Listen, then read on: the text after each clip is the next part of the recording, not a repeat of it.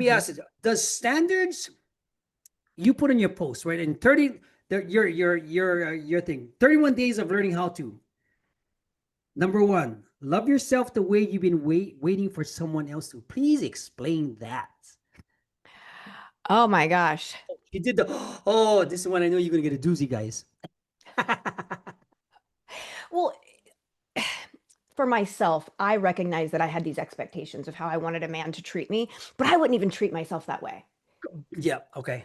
And so that was like, that's one of the biggest things to notice is like, it's just a notice moment. Doesn't make it right or wrong. It's just, oh, I have an expectation for someone else to treat me this way. That's giving them my power, right? Because I need you to change the way I feel. I don't want to take responsibility. So the moment that I decided that I was important enough to show myself the type of love, take myself on dates, um, do the things that I wanted to feel beautiful. Like a man's not going to make me. I mean, he's not going to make me feel beautiful.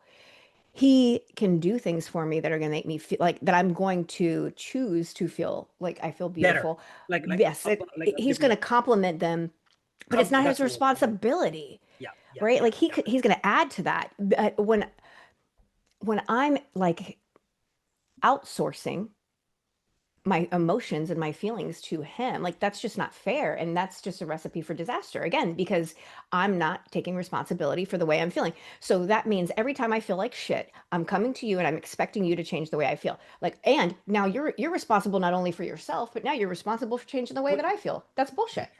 that's too much. That's too much Yeah. for any guy. That's too much No. for any girl, any person you're really.